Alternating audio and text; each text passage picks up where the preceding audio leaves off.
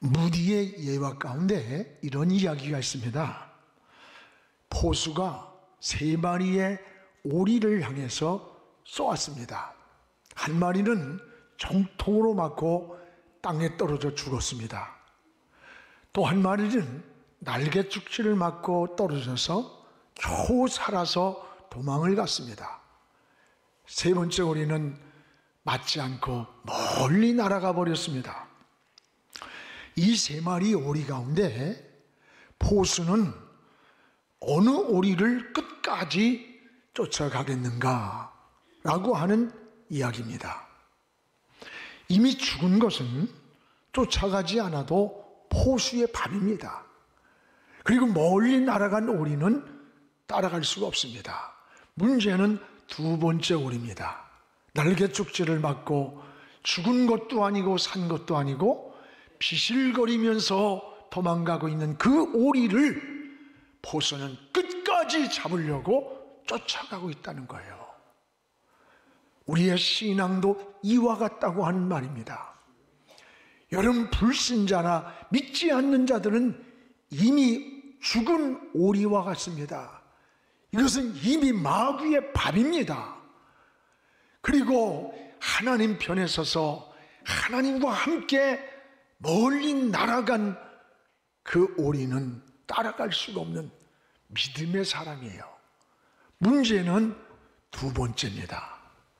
세상과 하나님 사이에 걸터서 우유부단하게 살아가는 이런 신앙을 가질 때 원수마귀는 끝까지 쫓아와서 그 영혼을 잡으려고 죽이려고 따라가고 있다는 거예요. 그렇습니다.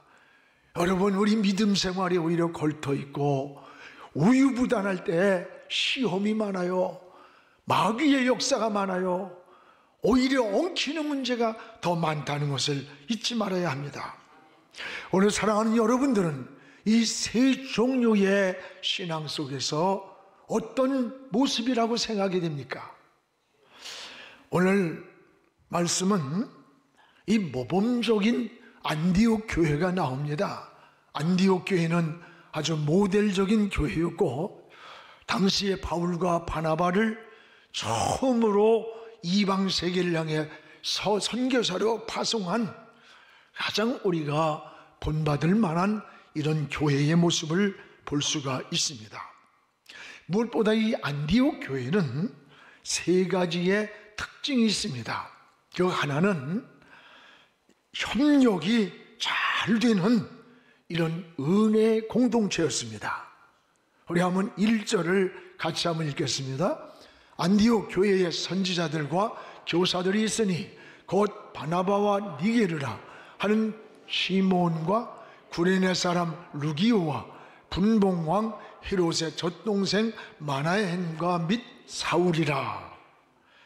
여기 보면은 다양한 사람들이 안디옥 교회를 이루는 공동체였습니다. 그럼에도 불구하고 여기에 협력이 잘 되고 하나가 되고 하모니를 이루는 그런 은혜의 모범적인 모습을 보게 됩니다. 여러분, 가정도 마찬가지예요. 이 협력이 잘 돼야 돼요. 이 가정에 부부간에도 또 자녀도 부모도 형제간에도 이 하모니를 잘 이루어야 이게 행복해지는 겁니다. 은혜는 저는 오케스트라와 같다 이렇게 생각해요. 타악기, 현악기, 관악기 이런 악기들이 모두가 각자의 자기 역할을 따라서 소리를 잘 낼 때 이 아름다운 하모니를 이루는 오케스트라가 되잖아요. 여러분, 나라도 마찬가지입니다. 나라도 하나가 돼야 돼요. 나라마다 국민성이 있다고 합니다. 우리 민족은 모래알 같다고 평가합니다. 한 사람 한 사람은 굉장히 똑똑해요. 여러분, 우리나라의 세계 그 반토막난 나라에서 그 여자 특히 그 골포도를 보세요. 세계를 장악하는, 얼마나 똘똘하고 똑똑하고 야무진지 몰라요. 그런데 이들이 모이면 흩어지는 거예요. 분쟁이 일어나고. 그런데 일본 사람들은 시멘트 같답니다. 마치 아주 비실거리는 부실부실한 시멘트 가루 같은데 여기다가 물만 부으면 이게 엄청난 콘크리트를 만들어내는 거예요. 뭉쳐지면. 오늘 여러분, 나라도 이 뭉쳐야 사는 거야.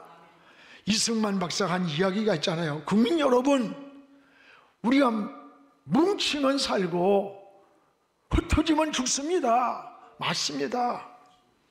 여러분, 오늘날과 같은 이 난국, 어려운 때일수록 우리 민족이 자꾸 뭉쳐야 돼요. 길이 없어요. 오늘 여러분, 우리 민족이 피 흘리지 않는 평화로운 복음통일이란 하나님이 손을 들어주시고 하나님의 손에 의한 통일이에요. 이런 시대가 이 땅에 오는 날, 여러분, 우리는 아시아를 넘어 세계를 향해 우뚝 설 그런 민족이라는 것을 우린 자부심을 가져야 돼요. 이게 굉장한 역사입니다. 오늘 우리의 신앙을 다시 한번 돌아보면서 두 번째는 이 안디옥 교회는 성령의 인도를 따르는 공동체였습니다. 여기 2절에 보면 주를 섬겨 금식할 때 성령이 이르시되, 또 4절에도 보면 두 사람이 성령의 보내심을 받아. 여기에서 우리에게 보면 성령이 주체가 되어 있어요. 성령의 인도가 있고 또 성령의 보내심을 받아 움직이는 이런 생명력 있는 교회가 바로 안디옥 교회였다는 것을 우리에게 보여줍니다. 오늘 사랑하는 여러분, 우리의 신앙생활은 성령이 우리 속에서 역사해야 돼요. 교회는 이 건물적인 이런 의미보다 그 안에 성령의 움직임, 성령의 역사, 성령의 생명력이 역사할 때 그게 하나님 나라를 이루게 돼요. 바로 안디옥 교회가 이렇게 성령을 인도를 따르고 성령의 보내심을 받아 움직였고 성령에 따라 사역하는 이게 안디옥 교회였다는 것을 우리에게 보여주는 겁니다. 오늘 우리의 신앙생활은 성령의 역사가 있어야 돼요. 이 성령의 역사가 없는 신앙은 마치 불 꺼진 난로와 같습니다. 불 꺼진 난로를 생각해 보세요. 이렇게 연기만 나고 끓음만 나고 가스 냄새만 나는 게 이게 불 꺼진 난로라는 말이에요. 우리 안에 성령의 역사, 성령의 인도, 교회의 성령의 움직임이 없다면 바로 이와 같다는 거예요. 근데 이 안디옥 교회는 성령이 역사하는 교회, 생명운동이 일어난 생명공동체, 이게 안디옥 교회라는 것을 우리에게 보여줍니다. 그러면 이 안디옥 교회가 언제 이런 성령의 인도가 나타났나? 언제 이런 성령 인도가? 여기 2절에 보면 이렇게 나옵니다. 주를 섬겨 금식할 때, 주님을 섬기며 금식하며 기도할 때 성령이 이르시되, 성령의 임재가 나타났어요. 즉 하나님 앞에 기도할 때였다는 겁니다. 그렇습니다. 여러분, 기도는 하나님과 교제입니다. 하나님으로부터 새 힘을 얻는 거예요. 지혜를 얻는 거예요. 담력을 얻어요. 기도할 때 성령의 역사가 일어났어요. 기도할 때 옥토가 움직이고 옥문이 열리고 쇠사슬이 풀리는 기적이 나타났어요.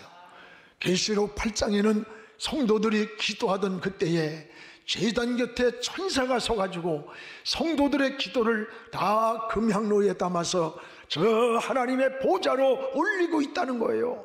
오늘 지금 여러분이 드리는 기도가 혼자 하는 독백이 아니에요. 보이지 않는 천군 천사를 보내서 그 기도를 담아서 금향로에 담아서 하나님 보좌로 올리고 있다는 것을 기억하시기를 바랍니다. 우리가 기도하면서 보내는 시간은 결코 낭비가 아닙니다. 기도보다 더 앞서가면 안 돼요. 기도보다 자꾸 앞서가면 인간적인 생각을 하게 되고 또 방법을 찾아서 자꾸 잔꾀를 부리게 돼. 그러나 기도는 방법을 찾는 게 아니에요. 저 하나님을 찾는 게 바로 기도인 것입니다.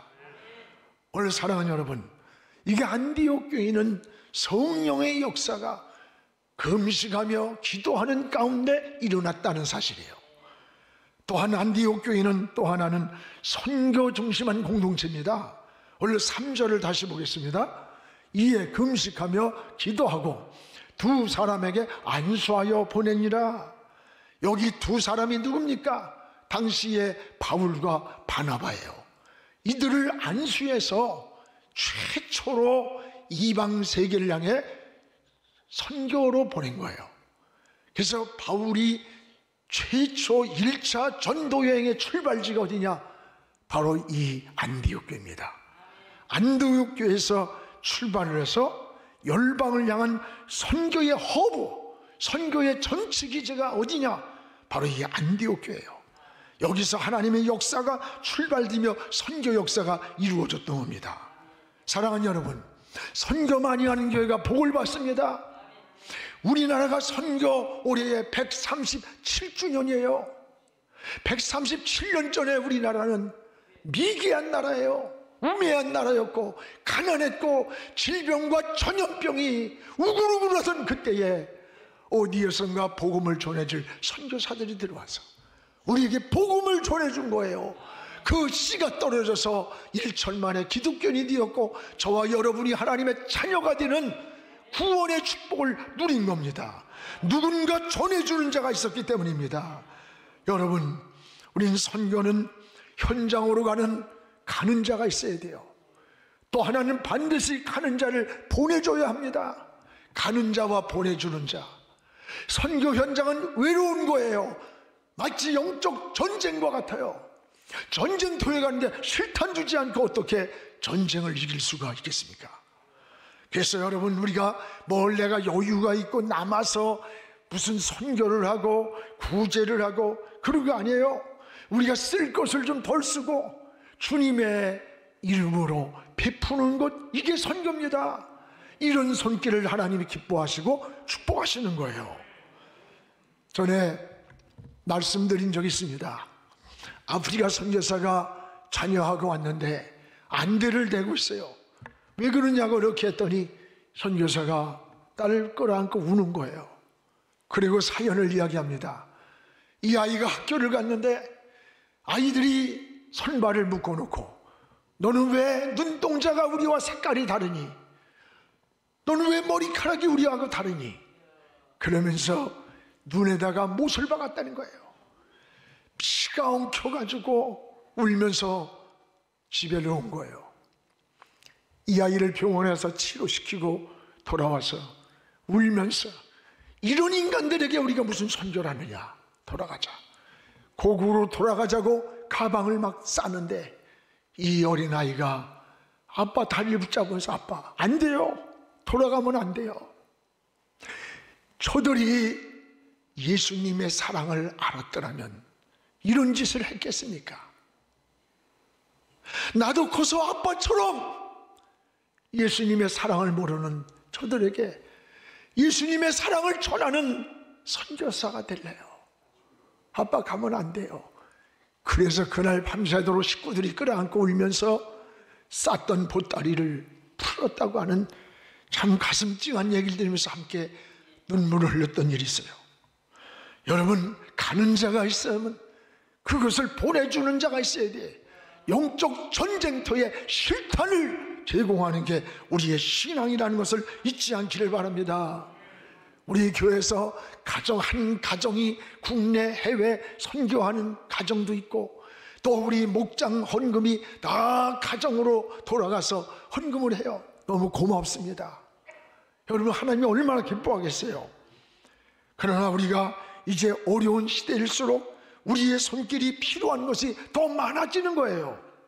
더 많이 동참하시길 바랍니다.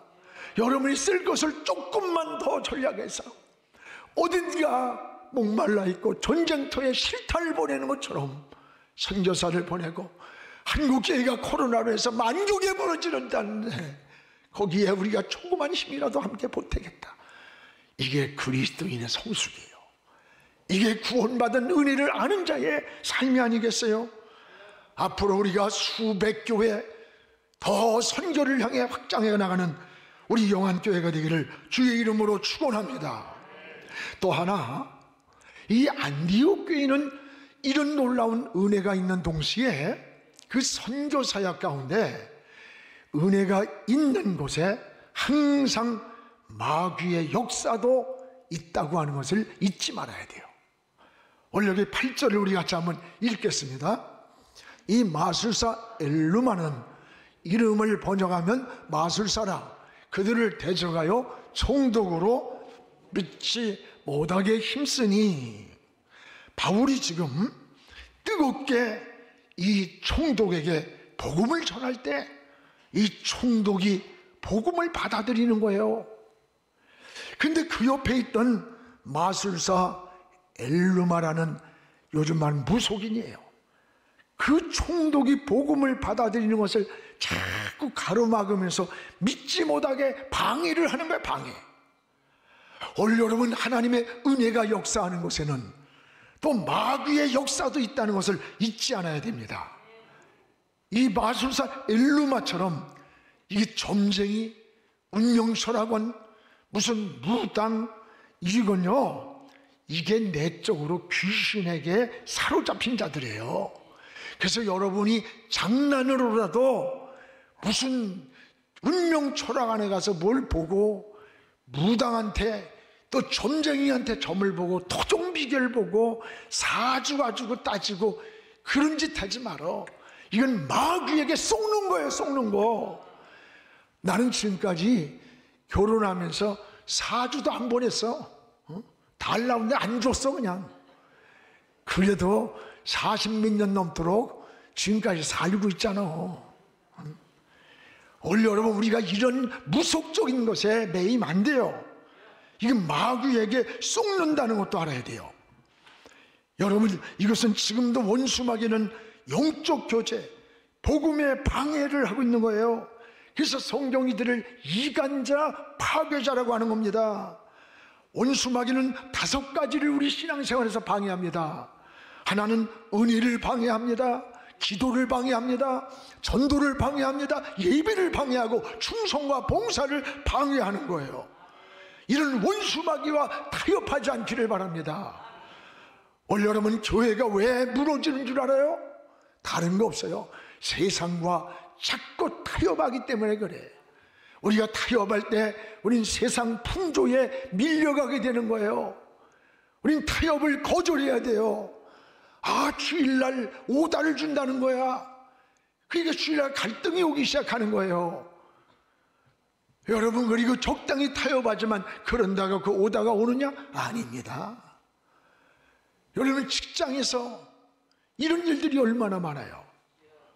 오늘 우리 신앙은 찬송과 가사처럼 세상 풍조는 나날이 갈려도 나는 내 믿음 지키리니. 저는 어느 순간순간에 이 찬송과 가사를 혼자 부를 때가 많아요. 이 세상 풍조, 타협할 수밖에 없고 협상할 수밖에 없고 적당히 혼합될 수밖에 없는 그런 환경이 내게 날마다 다가온다 할지라도 나는 내 믿음을 지키리라. 이럴 때 하나님이 우리를 지켜주는 거예요. 세상 풍조는 나날이 갈려도 나는 내 믿음을 지키리라. 내 믿음을 지키리라. 그게 신앙이에요. 그게 신앙이에요.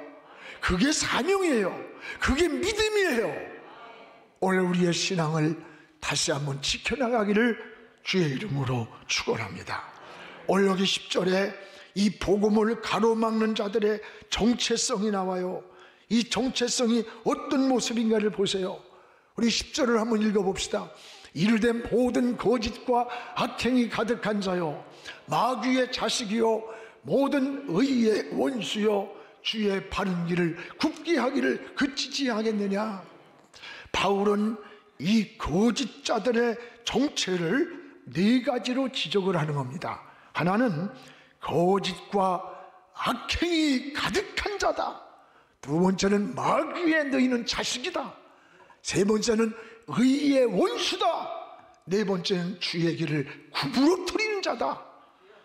무섭게 이 엘루마를 향해서 지적하며 책망하면서 정죄를 해버리는 거예요. 여러분, 이걸 알아야 돼요. 그리스도인들은 세상으로부터 분리가 되면 안 돼요. 이기적인 사람이 되면 안 돼. 그러나 세상 것과 구별되게는 살아야 되는 거예요. 구별되게 살아야 되지 분리하며 사는 게 아니에요. 오늘 여러분, 또 그뿐 아닙니다. 우리가 세상, 여기에 사람은 사랑해야 돼요. 사람은 사랑해야 돼요. 그러나 죄인은 미워해야 됩니다. 죄를 사랑하면 그 죄가 되는 거예요. 그 다음에 진리가 아니면 우리는 양보하는 게 은혜예요. 진리가 아닌 걸 알 필요 없어. 그러나 죄에 대해서는 아주 단호해야 되는 겁니다. 단호해야 되는 거예요. 바울은 복음을 방해하는 이 엘루마를 이렇게 책망하고 정죄한 것은 그 사람을 정죄하는 게 아니에요. 그 사람 속에서 역사하는 불의와 악을 행하고 거짓을 행하는 원수마귀, 주의 길을 구부러뜨리는 이 악한 사단이를 정죄하는 거예요. 우리가 사람을 정죄하면 안 됩니다. 사람은 사랑해야 돼요. 그러나 죄인은 정죄하고 죄인은 미워해야 되는 거예요. 이게 우리 신앙이에요. 그래서 여러분, 예수 믿는다고 정당하지 못한 일에 비실비실하면 안 됩니다. 예수 믿는다고 해서 무조건 양보하고 비굴하게 사는 게 예수 믿는 게 아니에요. 원수마귀에 대해서는요, 양보할 수 없는 영적 싸움을 하려야 되는 거예요. 정당한 것이면 여러분이 당당한 사람이 그리스도인이에요. 이것이 사도 바울이 보여주는 오늘 이 말씀을 통해 진리입니다. 여러분, 예수 믿는 사람들이 똑바로 믿어야 되는 거야. 더 희생하고 더 헌신할 줄 알아야 그게 그리스도인의 소금이고 빛이 되는 겁니다. 오늘 사도 바울은 엘루마 사람을 책망하는 게 아니에요. 내 속에 너의 영혼을 파괴하고 불의를 만들고 악행을 만드는 그걸 향해서 정죄하는 거예요. 그때 여러분, 하나님이 어떻게 하시는가의 역사의 드라마 속에서 숨은 손을 보십시오. 여기에 보면 하나님의 손이 바울을 책임졌어요. 여기 11절에 보세요. 주의 손이 나타나서 엘루마의 눈을 멀게 했다. 우리 같이 읽겠습니다. 보라, 이제 주의 손이 내 위에 있으니 내가 맹인이 되어 얼마 동안 해를 보지 못하리라 하니 즉시 안개가 어둠이 그를 덮어 인도할 사람을 두루 구하는지라. 지금 바울이 엘루마를 향해서 너 하나님의 일을 방해해? 주의 손이 나타난다. 너는 지금 맹인이 될 거다. 그 시간에 즉시 안개가 끼듯이 어둠이 덮이면서 눈이 어두워졌어요. 길을 잃었어요. 분별을 잃었어요. 사랑하는 여러분, 이 사건이 우연입니까? 오늘 이 지금 사건이 우연이에요? 아닙니다. 주의 손이라고 했어요. 주의 손. 주의 손이 나타난 거예요. 주의 손이 엘루마의 눈을 멀게 한 거예요. 그렇다면 여러분이 주님의 일을 할 때, 선하게 살 때, 믿음으로 살다가 억울한 일을 당하고 장애물을 만나고 분노하고 손해났다고 할 때 여러분이 스스로 죄의 피를, 원수가 없는 피를 묻히기를 하나님은 원치 않는 거예요. 여러분이 피를 묻히지 않아도 주의 손이 나타나 악을 제거합니다. 그리고 하나님이 동행하는 것을 볼 수 있도록 주의 손이 함께하는 것을 볼 수가 있어요. 사랑하는 여러분, 오늘 영혼 구원한 일에 방해하는 일은 하나님이 절대로 용납하지 않습니다. 여러분, 예수 믿는 것을 방해하는 엘루마를 하나님이 손으로 쳤던 거예요. 성도가 복음을 들고 나갈 때 하나님이 책임져 준다는 것을 기억하시기를 축원합니다. 그리고 우리는 때를 얻든지 못 얻든지 예수를 전해야 돼요. 오늘 이 사건을 통해서 이 총독이 예수님을 영접하는 놀라운 역사가 나타납니다. 12절입니다. 우리 같이 읽겠습니다. 이에 총독이 그렇게 된 것을 보고 믿으며 주의 가르침을 놀랍게 여기니라. 총독이 그렇게 된 것을 보고, 그렇게 된 게 뭐예요? 엘루마가 지금 눈이 멀어버리는 것을 보면서, 야, 바울이 믿는 그 하나님은 살아계시구나, 이걸 보고 예수님을 믿고 영접했다는 사실이에요. 그렇습니다. 우리는 은혜가 있는 곳에 원수 마귀가 역사한다는 것을 잊지 마십시오. 그러나 두려워하지 마십시오. 주의 손이 우리와 함께 했습니다. 바울과 함께 했습니다. 이것이 여러분 그 사도행전의 역사입니까? 사도행전의 역사는 단회적으로 끝나는 게 아니라 오늘도 지속적으로 같은 시대의 역사와 똑같이 일어나고 있는 거예요. 우린 때를 얻든지 못 얻든지 예수를 전하시기 바랍니다.